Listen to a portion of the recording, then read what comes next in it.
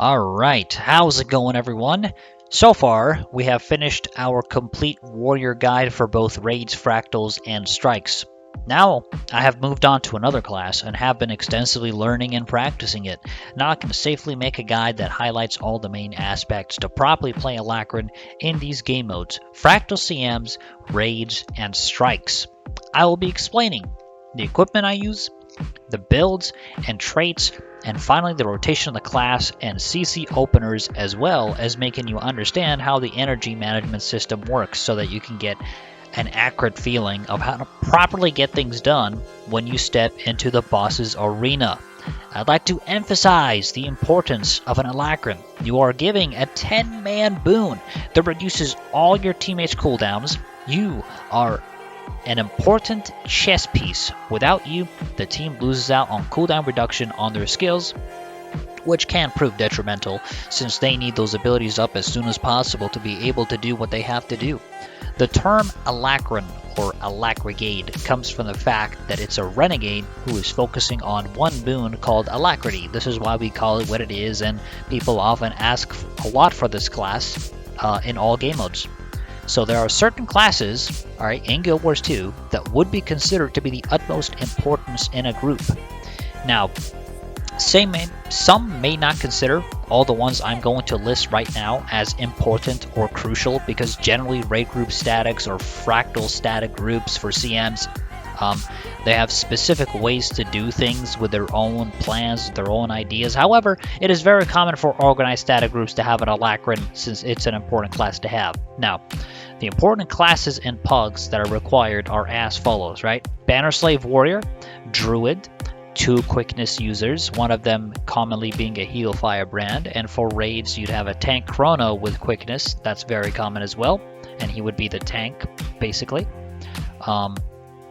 Alacrene, and Heal Scourge for Boneskinner strike mission. With all that said, I'm going to explain fully how this class is played with absolute detail, also explaining how this class can interact with specific raid fractal strike bosses, and how to better be more efficient with your general gameplay. This video is going to be a long one, as all my Guild Wars 2 videos are dedicated to help you become a better player, since there are little sources from YouTube that fully explain the class. Exception for Rayo, he's done a great job for the Alacrity video that he made for Renegade for Fractals, so he did a great job on that. But for us, we're going to be doing all the game modes for raids, fractals, and strikes. This is a guide for Alacrene by Alnino. Let's begin.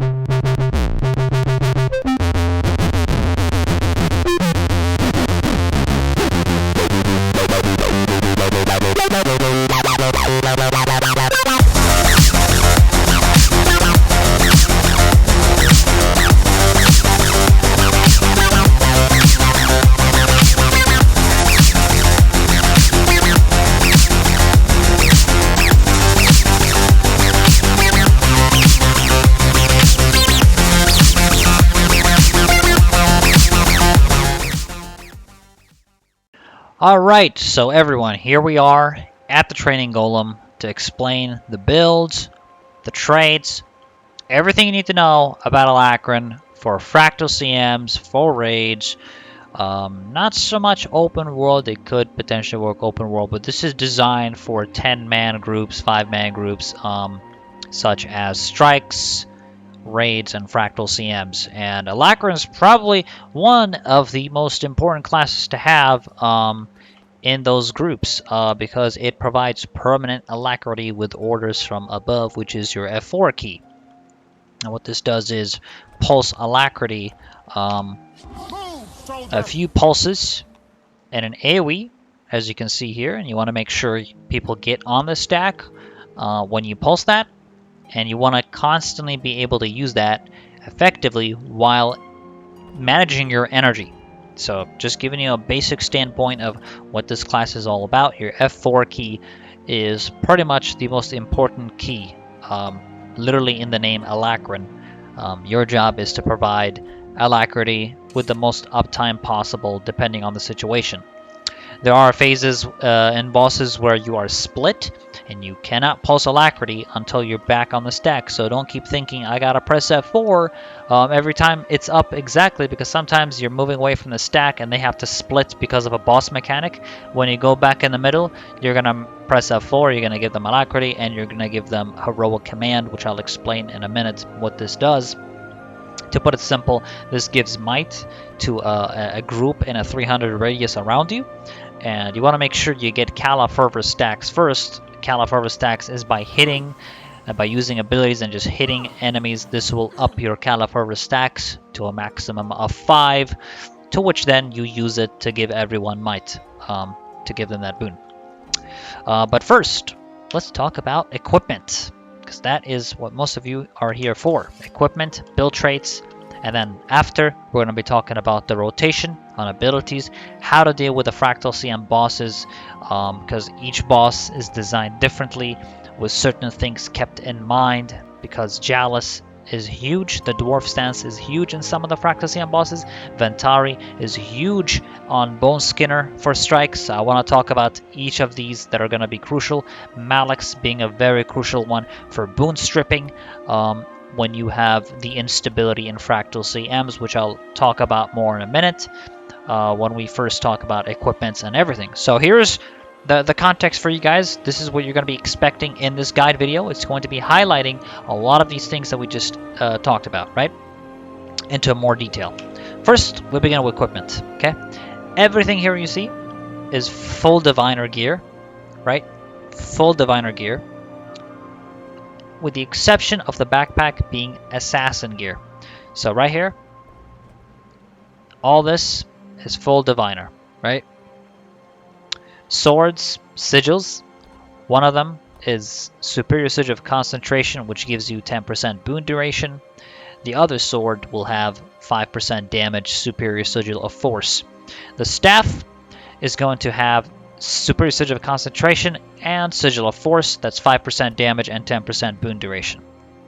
These can be changed if you wish. This build is designed for raids and fractals and strikes.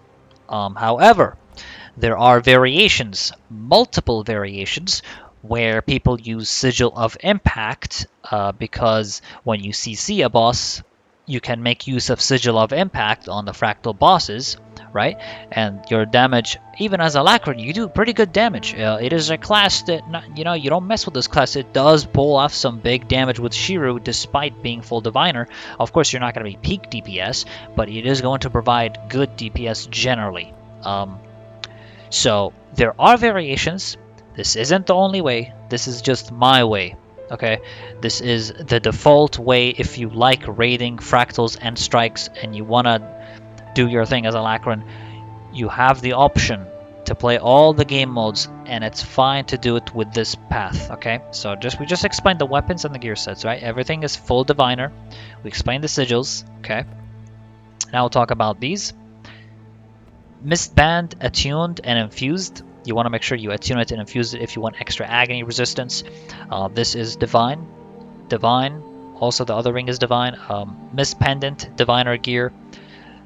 Spectre talismans, divine accessories. Doesn't have to be Spectre talisman specifically. This is just a wing 1 accessory. They both stack, by the way, because they don't say that they're unique, so make sure to check. If something says unique, it means it cannot be stacked with the same type. So mist bands can be stacked.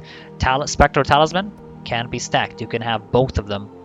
And here, finally, the ad infinitum, we have our backpack, full assassin on that.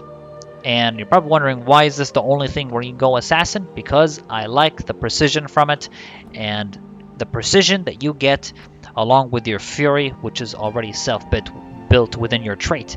You get Fury, you get a really, really good damage with precision, and I really feel like with the boon duration that you have at 84.66%, it's really good. You don't necessarily need more than this. I used to play full Diviner with the backpack. I used to play Diviner. It used to be like 88% boon duration, I believe, 89, somewhere around there. So I only dropped it by 4% for extra precision, which, as you can see right now with the benchmark from Snowcrows, this is the benchmark boons, benchmark buffs. I am at 99.38%. I'm going to eat my food now. Power food and masterful strength. Because those will be your type of food that you'll be taking. 100 power and 70 ferocity.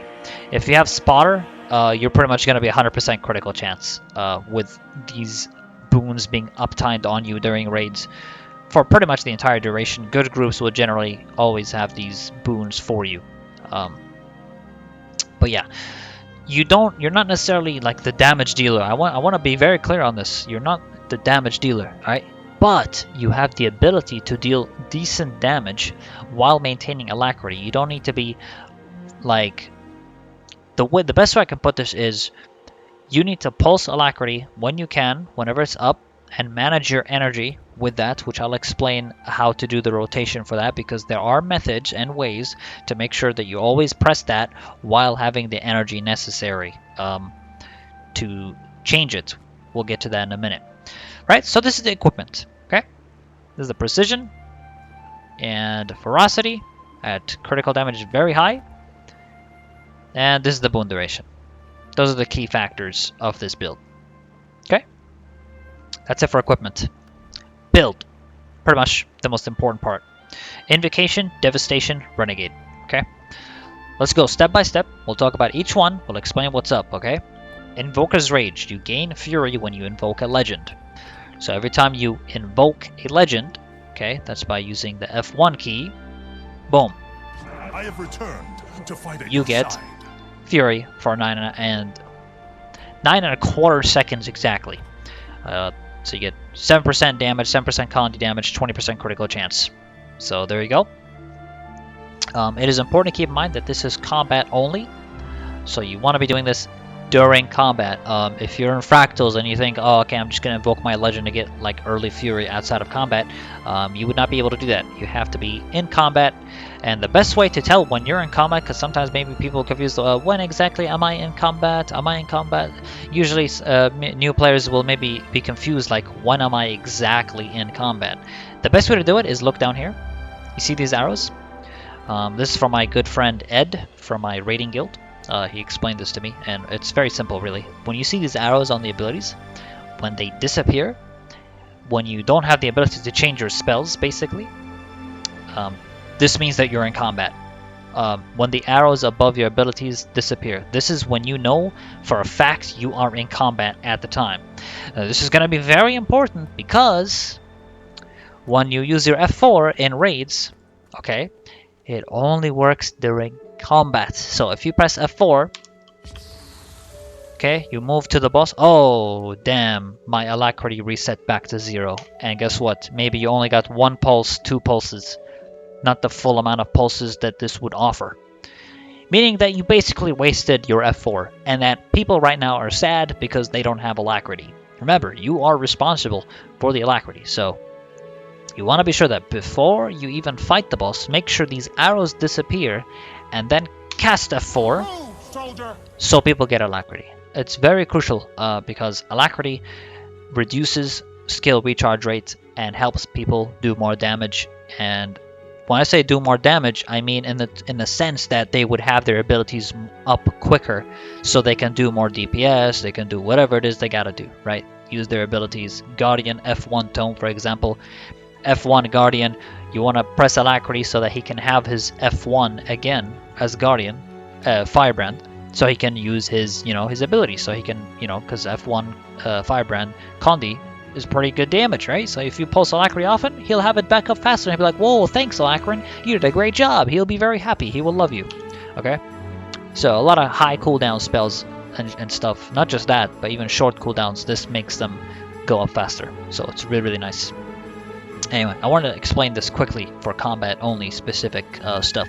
So that's Invoker's Rage. Okay. Next up is while your health is above the threshold, you inflict increased damage to your enemies. Your damage increased by 7%. The health threshold is 90%. Okay. So when your health is above 90%, you inflict increased damage to your enemies. Okay? Your health. And I'll tell you why this is really good with the food type that we're having. Okay? The food type that we have here, Writs of Masterful Strength. It gains 200 power when my health is above 90%. So this food complements the trait. Oh, and guess what? We're using Scholar Runes. And Scholar Runes, when you have 6 Scholar Runes, you increase damage by 5% while your health is above 90%. So there you have it. Not only are you getting multiple sources that increase your damage when your health is above 90%, you're doing a shit ton of damage with all these things, right? Including the food. I mean, you're getting 200 power as long as your health is above 90%. And the other food type gives you 100 power and 70 ferocity. So you're getting a lot of damage overall for an Alacrity. And all you have to do is pulse Alacrity, give people lack, and do your rotation. You're not going to be peak DPS, but you're sure as hell going to have some decent amount of DPS, right? You're going to make the DPS players sweat, all right? You're going to be looking at their DPS and be like, wow, I'm doing higher damage than you, all right? I mean, it wouldn't really happen, but you're going to make them sweat if they're messing up. I'm joking, by the way. I mean, there's a lot of factors than just DPS. There's a lot of factors to the boss and mechanics and stuff that sometimes it's not just, oh, I have higher DPS than you, bullshit. Not always. So that's it for Rising Tide. Next one. Ferocious Aggression. You deal increased damage and condition damage to targets while you have Fury. You're always going to get Fury with Alacrene. Most of the time you're getting Fury. Just by using abilities, you're going to get Fury. And Fury is just overall a very, very good thing to have on Alacrene. See, like Death Strike right here. If you cast Death Strike, you get Fury. Hitting, just keep using your abilities, and you'll see that you're gonna get Fury. Getting a lot of Fury from Shiru, and you want to be casting your Death Strike to get Fury. But these are not the only Fury sources, keep in mind. There's multiple Fury sources that you get. Next up, Spirit Boon. Invoking a legend grants boons to nearby allies based on the legend that was invoked. So what this means is that if you invoke a certain legend, right? If you invoke the power of Kala, let's say, boom. I have invoked the power of Kala. Combat only, remember, combat only. You have to be in combat. I invoked Kala. This means that with Kala, I can reflect incoming damage back to its source. You get retaliation for your enemies in an AoE. You invoke Shiro, you get might. You invoke Kala, you get resistance. You invoke Jalus, you get stability. You invoke the Ventari, which is the healing stance. You get regen. And the last one is Herald stance, which is a different thing completely. It's not under Renegade, but it gives protection. Okay? Here, you see, here's what I was talking about, Fury. Contain Temper says you gain Fury when you disable a foe, right? 14 3/4 seconds. 7% damage, 7% con damage, 20% critical chance. So here's another source of Fury. Disabling a foe, which means stun, daze, knockback, pull, knockdown, all those things. Your Staff 5 has knockback. Your Sword 4 has Immobilize. Your Sword 2 has Chilled. You have like a bunch of ways. You have Dark Razor, which basically dazes every few seconds. Really, really good to have. Gives protection and stability as well. So there you have it. Dark Razor does a good job as well. And these are just main things that will help you get Fury. So just by doing your rotation, you're gonna see, hey, I have Fury. Fury is really nice on Alacrene, especially with your F3, which will explain the full rotation, and you're gonna see exactly what I mean. Charged Mists. You invoking a legend while at or below the energy threshold grants extra energy to your new legend. Now, what this means, right? If you invoke a legend while at or below the energy threshold, you get 25 extra energy. That means if you're at 10% or under of your energy and you press F1, your energy is gonna boost up, right? It's going to boost up, and I'll show an example right now, and I might as well. Let's say, so this is what I was talking about when it comes to rotation, because rotation is gonna come in big. Legend swapping constantly on Alacrene is very important. So I'm gonna hit once, okay? So I'm gonna just do this right now, okay? Doing damage. Okay, I swapped. Look, 75 energy, and then I do a full rotation, right? I do a full rotation that would melt all my energy, and then when that happens, I legend swap again. Look, 75% energy, and it keeps going up. It keeps going up because I'm not using any energy right now, and it's at max energy. And you use energy to cast the abilities, right? That's going to be huge. That is going to be a core center of your rotation. The ability to use your F1 to swap legend so that you get extra energy from it. And remember, it is combat only. See, it's 100 right now. I'm going to leave combat. Watch, my energy is going to drop to 50%, which is default. There you go. Now that I'm out of combat, you see the arrows on top of the abilities. That means I'm out of combat. So that means my energy is going to go back to its default at 50%. Alright, that's Invocation. Next up, Devastation. Your first attack when entering combat applies vulnerability. This ability is refreshed when you use an elite skill. And elite skill, because you're using a bunch of Soul Cleave Summit, which is going to be a core ability that you're going to be using because it's literally a 5-man like life siphoning buff to your allies in your subgroup. And they also get, it's basically damage and healing for your team. And it's really good to have this for your team. So, Devastation, this one, huge. Vulnerability, always good. Your team does more damage based off the fact that the enemy has vulnerability, plus the fact that this already gives increased damage to your allies. You're doing a lot of damage. Your team's doing a lot of damage. Great stuff. Unsuspecting Strikes. You deal increased damage to foes with health above the threshold. So at 80% health threshold, your damage is increased by 25%. And that is really nice early on. This is good in Raid, it's good on Fractals. Always having the ability to do more damage is always nice. So I would take this over the other two, definitely, any day. You're using heal spells for pre-casting.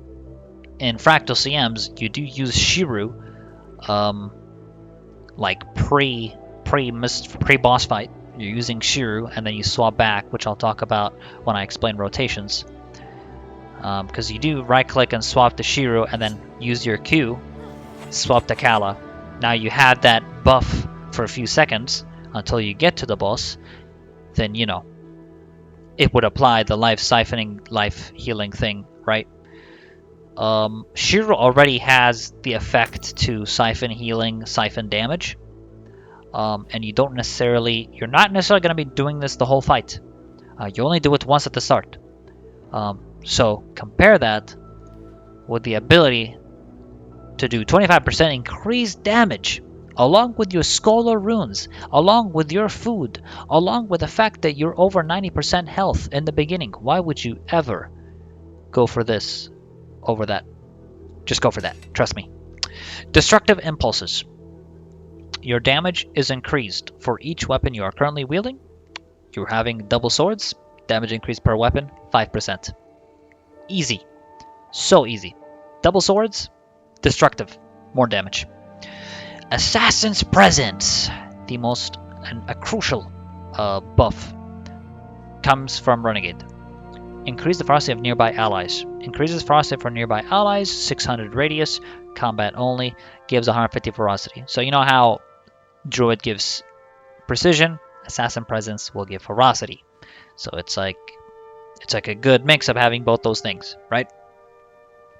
It never specifies if this affects 5 targets or 10 targets. So for raiding, I'm just going to say this, I'm fairly certain that it only affects 5 people and not 10. The reason I say this is because Spotter affects 5 people. I did actually wiki Assassin's Presence. It also didn't specify if it affects 5 people or 10 people, but I'm pretty certain it affects 5 people because I recall being in a different subgroup than an Alacrene at one point, and I never got Assassin's Presence because I was looking at my buffs. So I'm pretty sure this affects 5 people in the subgroup that the Alacrene is in. So I want to be clear on that. Feel free to correct me if I'm wrong or show me sources that prove me wrong or whatever, but I do believe it only affects 5 players and not 10. But that's just based on the research that I've done. There's nowhere that tells me that this affects 10 players in a raid situation and a strikes mission situation. This affects 5 players. Targeted destruction. You deal increased damage to targets based on their vulnerability stacks. So bonus damage per stack. Okay. Bonus damage per stack. You do increased damage, right, to targets based on the vulnerability stacks and the fact that you're already adding vulnerability from exposed defense, and you're generally going to be adding vulnerability from your sword 4. Vulnerability is a very, very nice tool to increase your overall damage. So you get bonus damage from this. So hey, I'll take it. Now, I have 2 things to talk about here in the final trait of devastation. Dance of Death and Swift Termination. Okay. Dance of Death applies vulnerability to foes grant stacks of battle scars. The healing from battle scars is increased when you're below the health threshold at 50%. So you get 100% increased healing. Health threshold at 50%. Your next attack steals health. Lasts for 10 seconds. Battle scars. So this is really, really good in all kinds of content. The reason I go Dance of Death instead of Swift Termination is because this has the ability to continuously survive, and this obviously lowers your survivability rate, but keep in mind that you deal increased damage to foes below the health threshold at 50%.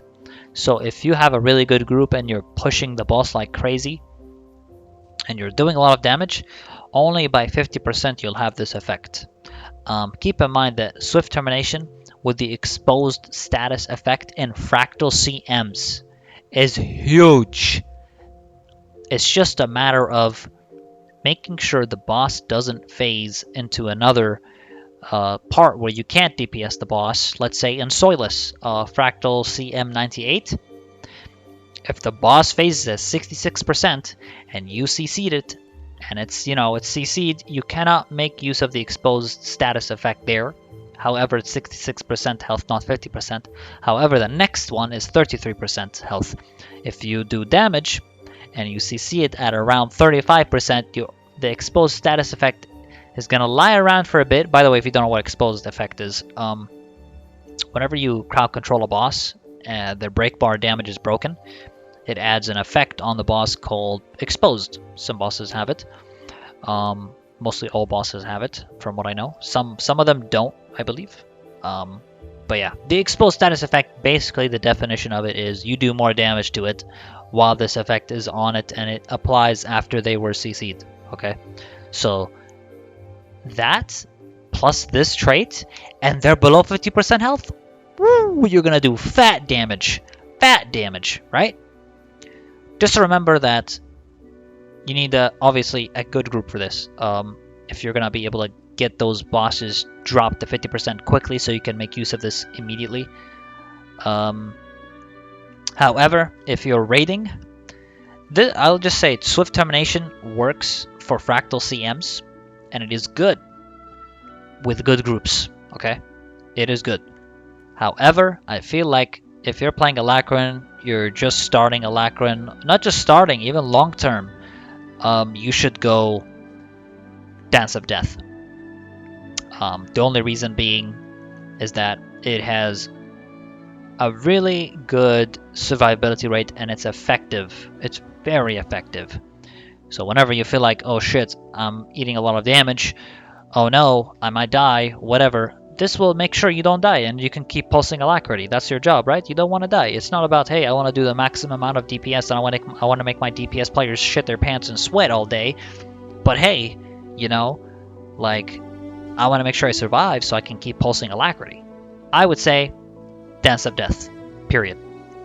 Renegade, Heroic Command, right? Citadel Order, refresh the duration of your Califervor stacks, and grant nearby allies might for every stack, okay? This skill is unique per game mode, so just keep that in mind. So right here, you'll see that Callous Fervor, basically what it is these are stacks, and the maximum stacks is 5. Callous Fervor lasts for 8 seconds, has 30 ferocity, 2% condition damage, also minus 7% condition damage, so you would receive less condi damage, you get might. That's all in Heroic Command, which is your F2 key. So using F2 will give you the Callous Fervor stacks, and gives you might, and it affects 5 players in your subgroup. They will all get the boons from Heroic Command. So really, really nice stuff. Okay. So I love F2. I use it very often in situations where I want to burn 10 energy to legend swap at the minimum threshold of 10% energy. It uses exactly 10 energy, so it's really, really nice. Very, very convenient to have it there. Ambush Commander. When you critically strike or attack your enemies from behind or their flanks, you inspire yourself with Callous Fervor. So this is how you get Callous Fervor stacks in this situation. You inspire yourself with Callous Fervor. You gain access to Citadel Order abilities. These are given to you right here.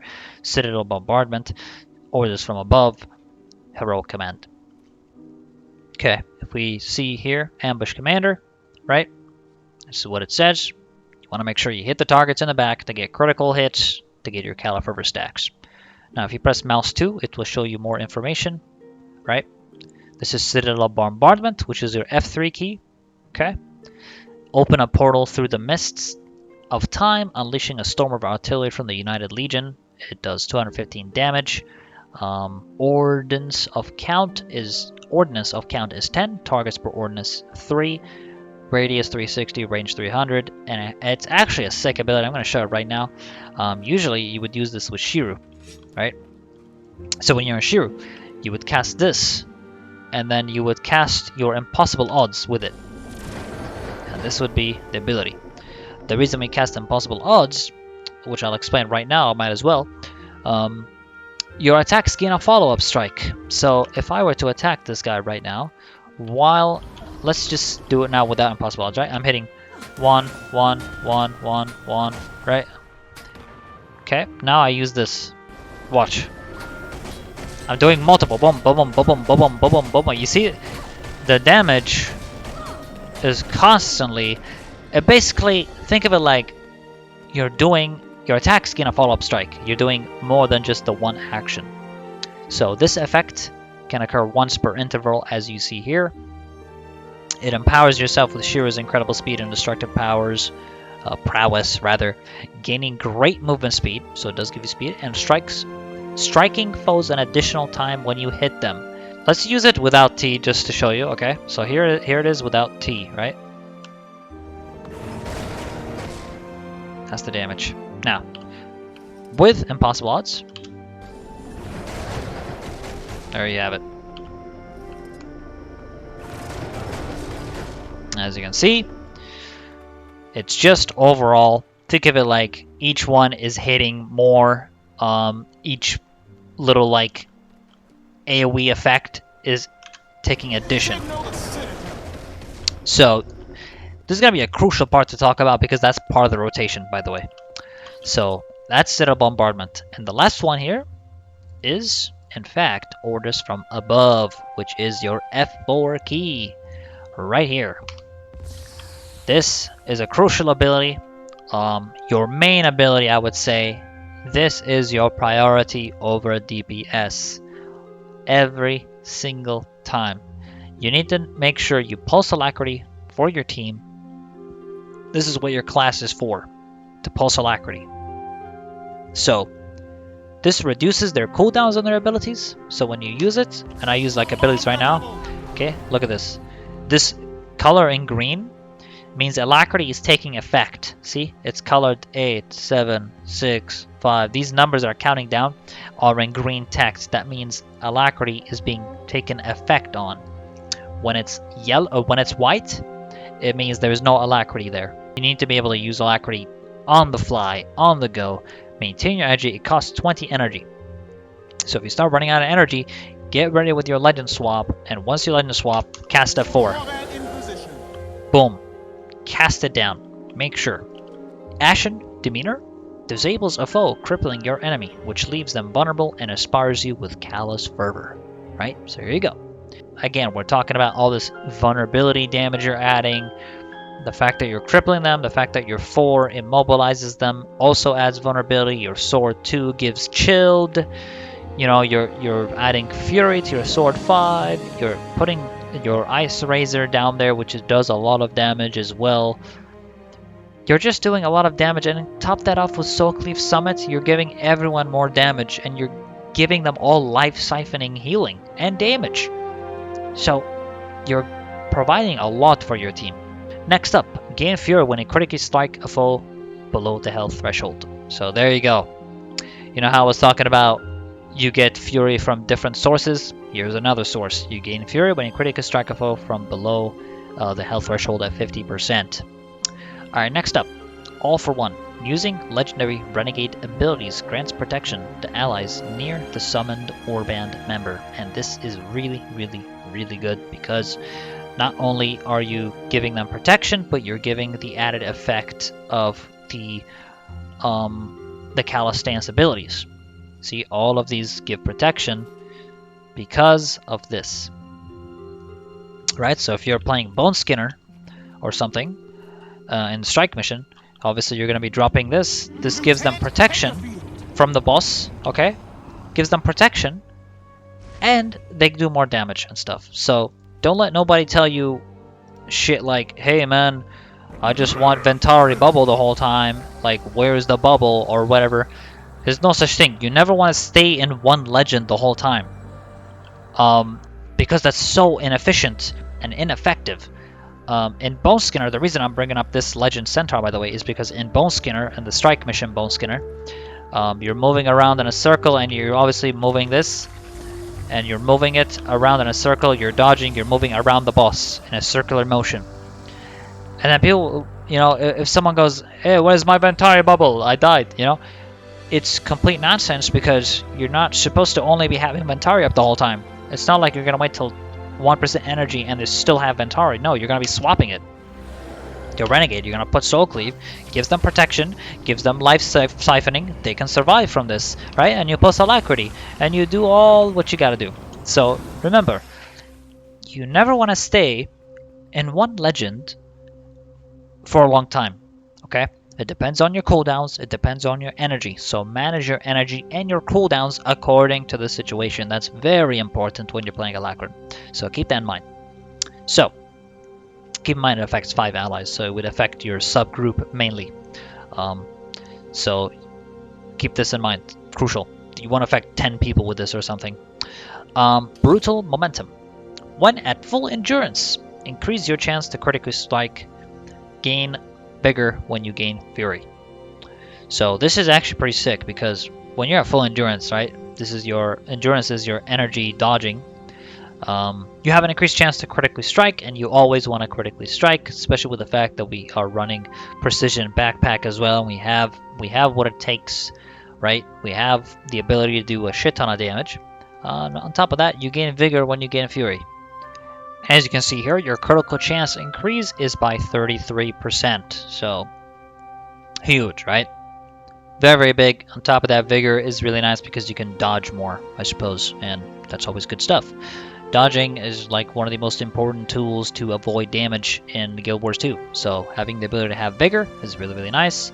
Righteous Rebel, another crucial trait. Callous Fervor reduces damage you receive from conditions. Okay, so the Callous Fervor from this, right? The the caliper stacks. It will reduce damage received from Condi damage. Orders from above last longer, which is your Alacrity. This lasts longer, meaning more Alacrity pulses, and affects more targets and a larger area. Condition damage is reduced by 7%. Increased target is by 5, which means that it affects 10 players total instead of the standard 5 without Righteous Rebel. And the fact that it lasts longer means that they get more Alacrity every time you press it. So there's no way you're not going Righteous Rebel if you're playing Alacrene. One quick note I'd like to put before I move on to rotations and abilities and all that. Brutal Momentum. The thing is, like, when you're at full endurance, increase your chance to critically strike. I know sometimes you have to dodge, but sometimes you can use your Staff 5 as evasion, because it does evade for 1 second. This counts as evasion. This counts as evasion, which means during CC phases like Mama, right? Let's take Mama for example.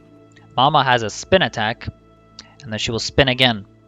You can cast your Staff 5 to break the CC bar while evading her spin attack. So you do this, I evaded your spin attack and I CC'd you at the same time while being full endurance. I didn't have to dodge, then Staff 5, right? I didn't have to do this, then Staff 5. No, I'll just Staff 5. It counts as evasion, so I'm good. I CC you and I evade all at the same time. I didn't have to dodge, basically, right? So just one thing I wanted to put out there. Okay, ladies and gentlemen, are you ready for the big part of this video? Usually in these part of videos, like when I made one warrior guide, we explain the rotations in the end of the video. We explain certain things in Alacrene. Rotation wise is going to depend on the boss that you're dealing with. It's going to depend on quite a few things actually, because depending on the boss you may not need a CC opener. Depending on certain bosses, you're just going to have to default Soul Cleave, Ice Razor into Legend Swap after you pulse a lack or something like that. In different situations you're going to have different rotations. What I'm going to do first is explain the CC openers, okay? CC openers. Precast, okay, let's go with Mama as the fractal boss that you're dealing with right now, okay? Ice Razor, Dark Razor. You would place both of these, okay? Your energy 50%, okay? 20 and 30. Both of these cost 50 energy.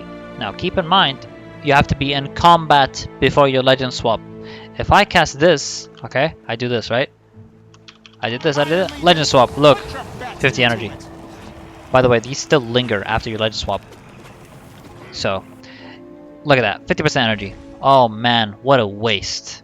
I could have got 75% energy and I could have extended my entire rotation with Shiru. I messed up, alright? That's a big mess up. You don't want to do that. So make sure when you're precasting that you're in combat. And like I said, every time, if you want to know if you're in combat or not, check the arrows above your abilities here. This means that when the arrows are not there anymore above, it's like this arrow right here that I'm pointing at exactly. If it's not there anymore, that means you're in combat. So always remember. So with Golem, I have to hit it once just to be sure. So I'm going to do this. ER, Legend Swap 5, F3T, Pulse Alac 2, 1, 1, 1, 1, 1, 1, 1, 1, 1. Keep hitting it and then wait for the next Legend Swap. Okay, we can do this. Boom. Then you drop GE. And then you do your full rotation. Pulse Alacrity. This would be like a typical rotation, right? And then you go back to this F3T. Now, obviously there was a lot to talk about here, right? A lot of things happen. Yeah, you're probably very confused. Don't worry. I'll take it step by step, okay? Let me reset the boss so we're outside of combat. Because right now we're 100% energy because we are in combat. But let's go ahead and talk about what we even just did, okay? You will cast Ice, then Dark. This will drop your energy to pretty much 0%. After that, well, you're going to have your staff in your hand, by the way. Staff is in your hand, okay? When you're running into the fight, staff is in your hand, not the swords. So ER, okay, Ice, Dark. Then Legend Swap. Okay. Legend swap, then staff 5. That's the CC opener. Okay. After you staff 5, you will look behind you. You'll have your F3 casted like this. I recommend changing one of your settings to make sure that you can hold down the ability, and then upon release, it will cast the ability. So you don't have to press it and then left click it. You just hold it down and then release. When you release, it casts the ability. Okay. So after you staff 5, then what? Okay, let me just reset my cooldowns here. For some reason, my F3 is not resetting. I pressed the mushroom key, but whatever. So after we staff 5, we swap legend F3T. Why do we swap legend? Because we want to make use of impossible odds with Citadel Bombardment, and you need to legend swap during that time because it's going to be pretty crucial for you to do the most amount of damage. Now here's the thing, right? There are 2 different CC openers. I know. It's a little confusing, but just hear me out, right? The first CC opener is where you legend swap to Shiru, right? You legend swap to Shiru after you use Dark Razor, Ice Razor.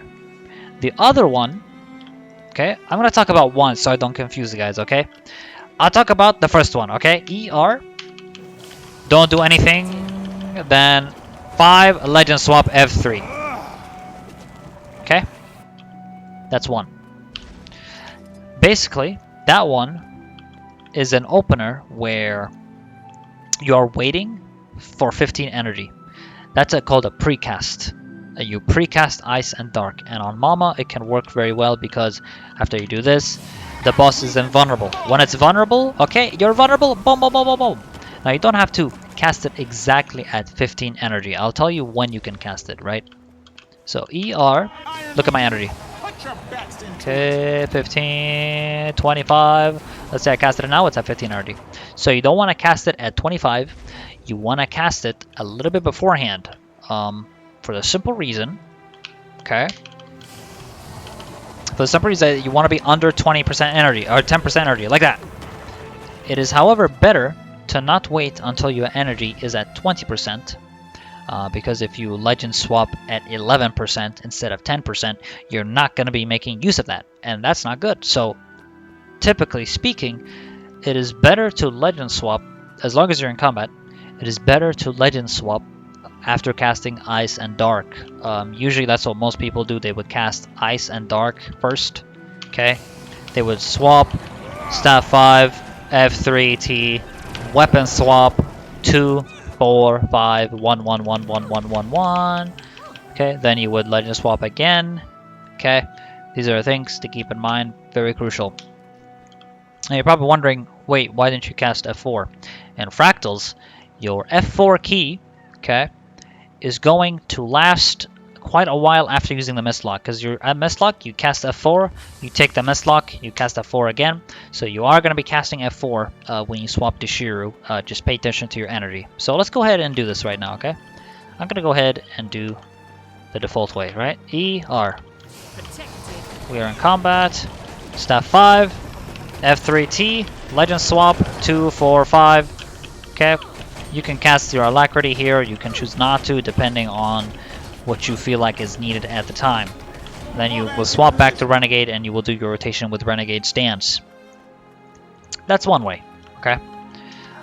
You can choose to, in Fractal CMs, you can choose to pulse your Alacrity after you swap to Shiru, or you can choose not to because after you picked up the Mistlock, their Alacrity is still there. It's still lingering, so you don't necessarily have to cast it in combat at the time, in the beginning of the fight, because their Alacrity still has effect on them because of what you did at the Mistlock when you picked it up, and that's the precasting on the Mistlock. Okay, so that's the first way. The second way, I'll talk about it right now. You will press E, you'll have your staff up, okay? Okay, Dark Razor, Ice Razor, Legend Swap, 5, F3T, Weapon Swap, 4, 2, hit, hit, hit, hit, use your 5, hit, hit, hit, hit, hit, okay, F2, Legend Swap, Soul Cleave Summit, Pulse Alacrity, make sure we post Alacrity when we swap to the Kala stance. Okay? Hopefully this made sense. There's a lot of situations where you have to improvise the way you do your rotation based on energy management. So ideally, I'll just explain this in one way, right? You want to use, okay, you want to use your F3 in Shiro stance because you can have higher damage with your F3 when you use impossible odds. Okay? You can use Alacrity in whichever stance, doesn't matter necessarily. You can use your F2 whichever stance, doesn't matter. This is mainly like for a quick 10 energy waste dump so you can legend swap or something like that. But we're gonna do this again, okay? Very quickly, pay attention. Okay? I'm gonna hit it once because the golem acts really weird sometimes with the ER. So I'm gonna hit it once, ER, legend swap, 5, F3T, legend swap, we can dash to it even if you want to create some distance, but this is the amount of energy you'll have. Then you just keep hitting it, legend swap again, pulse Alacrity, Soul Cleave Summit, Dark Razor, 2, 4, keep hitting, keep hitting. Here, I'm gonna do this. Cast it again, legend swap, F3T, see that? Look at that. And now look at my energy, 31%, 31%, cast it. Cast my Alacrity, press my 2, okay, gonna legend swap in a bit. Dump some energy, see I dumped a bit of energy here for a legend swap. Using my Shiro Q. Okay, cancel Soul Cleave because I need to pulse Alac.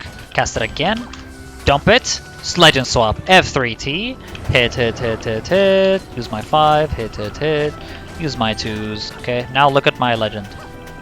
Few seconds, okay, now I'm gonna use an ability, legend swap it.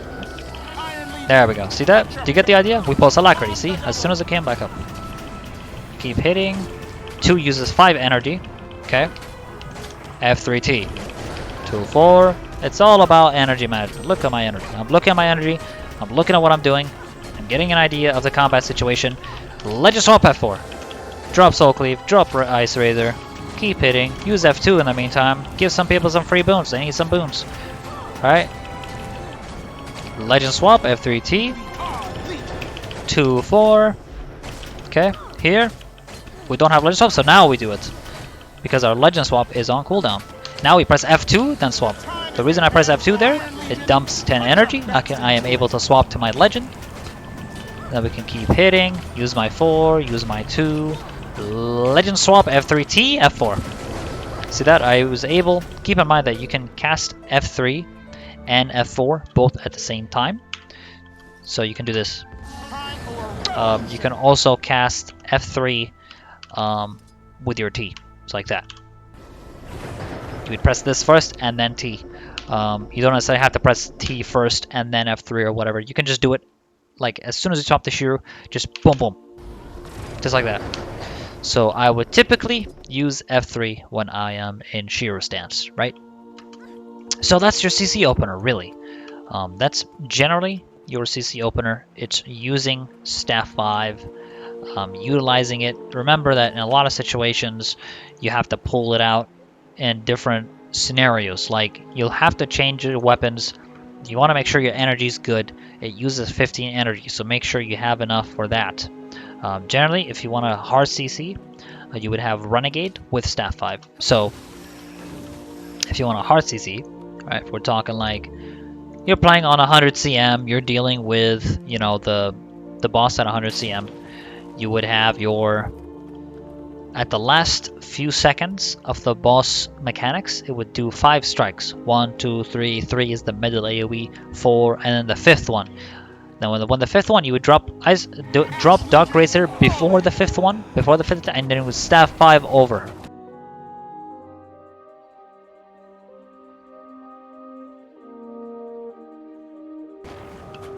Now, it's important to keep in mind that Staff 5 distance, keep in mind that it is multiple knockbacks. Multiple knockbacks, meaning that it knocks back based on your position. So I can knock back something way more. If this golem didn't have a break bar, I would knock it back with me. I'd be pushing it. I would be pushing it forward. my strength of the staff is so strong that I would push it, but it has a break bar, so it wouldn't move. CC effects don't affect the boss in this way when they have a break bar. When they have a break bar, it just means you're breaking this break bar to be able to put it in the exposed status effect or stun effect, where you would do a lot of damage. So you want to stand like this range, right? So you want to pull back a bit, stand somewhere like here. So when you staff 5, the effect of your CC, right? Most of the knockbacks are being applied. If I am too close to the boss, okay, let's say I am like right on top of his hitbox, right? And I use staff 5, right? So I'm gonna, for some reason it's not resetting the ability, but if I use staff 5 on top of his hitbox, see, it didn't knock back that much. And you want to make sure you knock back multiple times, because every knockback counts as a damage to the break bar. So make some distance before doing that, okay? And staff 5. See, that was multiple. That was multiple knockbacks, multiple hits. And multiple hits means that you're damaging the break bar more. Same thing with Ice Razor, really. When we're talking about how much it is CCing, it doesn't just daze once, it's multiple dazes. Look. 1, 2, 3, 4, 5, 6. It has 6 hits, right? And they would daze. It's a daze, so you want to throw it down and it will daze the target. And then top that with your staff 5 with correct distance. You get multiple knockbacks. Easily you break the break bar. Easily. You can solo break the break bar in Fractal CMs on some bosses. Literally.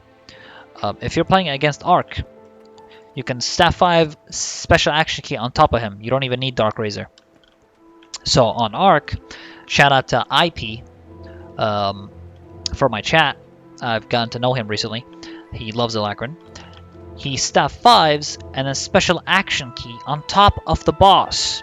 And that special action key stuns as well. So he would use that with special action key. I'm going to show you a clip of it right now. Right now, get a big CC. Look at that. You can pretty much solo CC that shit. It's wild. Okay, so you get the idea? So when it comes to CC openers, generally it comes with energy management. It comes with how you're playing with your energy. And you want to make sure you change your legend to cast your F4 to give people Alacrity. Okay, so I want you guys to pay attention to my abilities. This is generally the Fractal CM opener. When you have already pulsed Alacrity at the Mistlock, that means they already have Alacrity going. This doesn't apply to 100 CM. And 100 CM, I'm going to just explain this right now. In 100 CM, this is your thing, right? You wait till the arrows disappear. Once it does, you cast your F4, your Soul Key Summit, your E, then you Legend Swap. When you Legend Swap, it will immediately, if you're in combat, which you will be, it's going to boost your energy to 75. Then you would use your Sheeter rotation on 100 CM boss. You'd use your F3T, your Staff 4, 2, all that stuff, right? So keep this in mind, very crucial. That the whole in combat, out of combat thing really comes in big. So keep this in mind.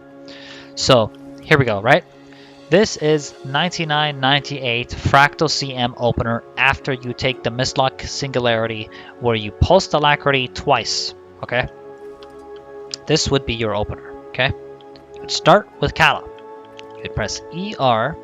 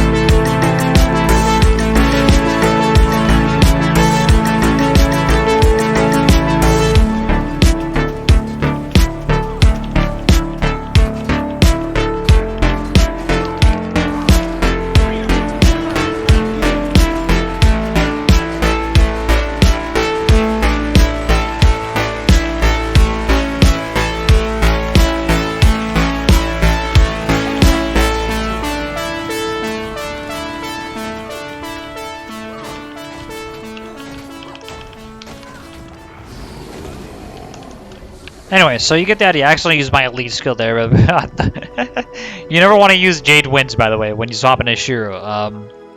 It's a huge energy drain. It uses 50 energy. Not ideal unless you're in a very heated situation where, where's the CC? Where's the CC? And like the break bar is like really low and you need to cast a stun. Jade Winds would do that for you because it counts as a stun. So it could do the break bar damage for you. Just keep in mind that Staff 5 with multiple knockbacks actually does more than Jade Winds in terms of CC. So Staff 5 is big in this case, and Dark Razor is big for CC. Never rely on Jade Winds for CC because it costs way too much energy, and generally when you're Shiro, you want to be using your abilities for DPS. So, pretty important. So, as you guys can see, with my rotation, I'm adapting, right? You notice sometimes I would turn off my impossible odds, so I'd have it activated, but then I would turn it off because I pay attention to my energy. And I'm like, okay, I need to turn it off, and then, okay, once I hit 10 energy, I will use F2, and then Legend Swap. So I was like, okay, I'll wait till 10 energy, because this costs exactly 10 energy. I will use this, swap, drop Soul Cleave Summit, drop Ice Razor. Right, and then I would use my F4, obviously, because I'd have more energy, which means I can do that, because I have 75 energy after I Legend Swapped. So there you go, right? That is how you do it. Let's talk about the other legends real quick, where its usefulness comes in. With Chalice, this comes in very useful in certain Fractal CMs where Astriv, this is good on Astriv, and it's good on a Skorvald in the islands. This gives stability. Use it on each island and pulse Alacrity. Okay, doing that really helps. I'm releasing full Alacrene, full gameplay of me playing the Fractal CMs, by the way, all of them. I don't use Chalice in raids, by the way. In raids, it's a different situation. I'm playing mostly Shiro and Kala in raids. But in Fractals, like, this can work. Giving stability, and your Guardian also giving stability really helps. In Skorvald and Astriv, these are really nice to have. Make sure you pulse Alacrity between each island. And on the last island of Skorvald, you would Legend Swap to Kala. When you're on the boss exposed, you would drop Soul Cleave, you would drop Ice Razor. So in different situations, you're going to be going different legends. It's a good thing that the legends are all really cool, and all of them have usefulness in every situation.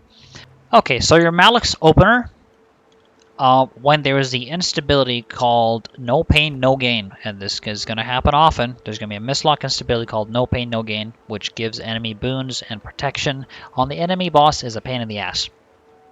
This is your rotation when you do this, right? Staff 5 into Banish Enchantment. This is going to be your key ability, Banish Enchantment, which will remove the boon from the boss, okay? And you want to do this early. You want to start with Mallyx. You don't want to start with Kala. Okay, you would start this, you would CC, and after you CC, you will turn behind, you will press R. By then, the boss will be fully CC'd. Then you're going to drain all your energy, so you can Legend Swap and Pulse Alacrity after. You're going to be... This is a crucial thing, right? You can, after you Staff 5, right? Staff 5, and then press this, right? 20 energy, 15 energy, right? So this is what you're going to do. Staff 5, into R, into Legend Swap, change weapon, full rotation. Okay? Just make sure you wait for your ability from your Mallyx to actually go through. Pretty important that you wait for it because it has a little bit of a cast animation of around half a second. So it's this ability where you will, after you Staff 5, you're going to use it. Then drop everything that you need to drop, and you get full rotation that way. The reason you want to start with Mallyx is because the boss is going to have the boons right in the beginning, and you're going to have the break bar right in the beginning, and you got to break the break bar with your Staff 5. So that's ideally when you would use Mallyx. Ventari, you would use this in strike missions. For Boneskinner, it's really good, and in raids, it can also prove very good. If you are playing in raids, this is very good on Cardinal Edina, where there are the hands. This bubble is a protective barrier that will block, right here, I'll point it to you. The ability to block enemy projectiles in that boss is huge, okay? You have to keep in mind that it's very, very useful in the fact that it's very useful for these kind of bosses where projectile is a big thing. So, Karnadina and Saber, the air Jin in Wing 7. You can use this to block the ads that spawn in the high ground.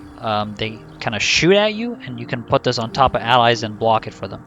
However, this is mostly not always needed in good groups. In good groups, you can just run Shiru, and you would shred the boss and phase it, and the people will deal with the ads and everything, and that's fine, right? Point out that this is an option. You can have this in Saber. However, it's very, very good in Adina, and I think you should always go for it in Adina as Alacrene, because the ability to block those projectiles from the hands is huge. So you would constantly move like this, and you would have it like protecting the group. Keep in mind it drains energy. Every few seconds you're losing energy. So that's another important factor that you have to keep in mind. So manage your energy accordingly. Remember that at 10% energy, you can actually choose to break it. So here's the thing with this, right? This elite skill, it forces energy to erupt at the tablet. It's counted as a CC, so wherever you put it, it will CC. Anywhere, the position that you choose. It will lose all remaining energy, okay? And remove conditions from allies based on the amount of energy lost, okay? So let's say I throw it on here, right? I'm hitting the boss, I'm hitting the boss, I'm hitting the boss. Okay? Here's what's gonna happen. Look at my energy right now, okay? It's reaching almost full. Okay? 100 energy. I use it. Lightning swap.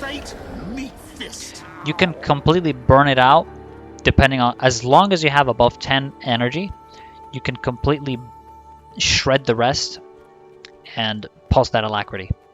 If you're really in a situation where like, oh shit, I really need to pulse Alacrity right now, you can use this as long as you're above 10 energy. You can break it. Legend swap F4. Alright everyone, so that is pretty much it for this video. It's a long one, guys, I know. A lot of these videos with my rotation guides and videos explaining the classes, they usually are long videos because a class in Guild Wars 2 can never be put simply.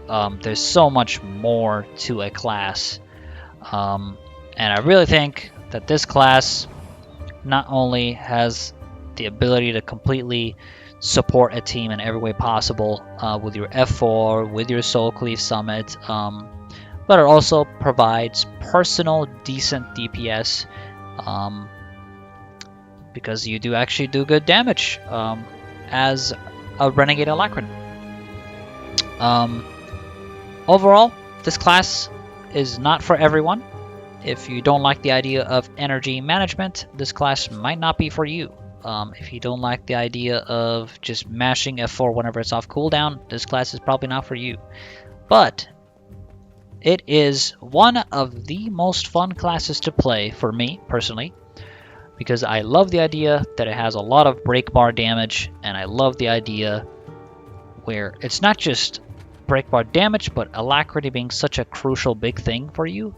Like, if you don't pulse Alac, like your team really struggles with their cooldown recharge regeneration on their abilities. So I like being the role that's very crucial. So I really think Alacrene is one of my favorite for raids, fractal CMs, strike missions, all that. I do command for strike missions almost every day. You can look for me in LFG if you're on Europe. My name is alnino.5964. Feel free to add me right there. And that is pretty much it for the video. Thank you guys so much for watching. And I will /wave see you guys at the next video. Peace out.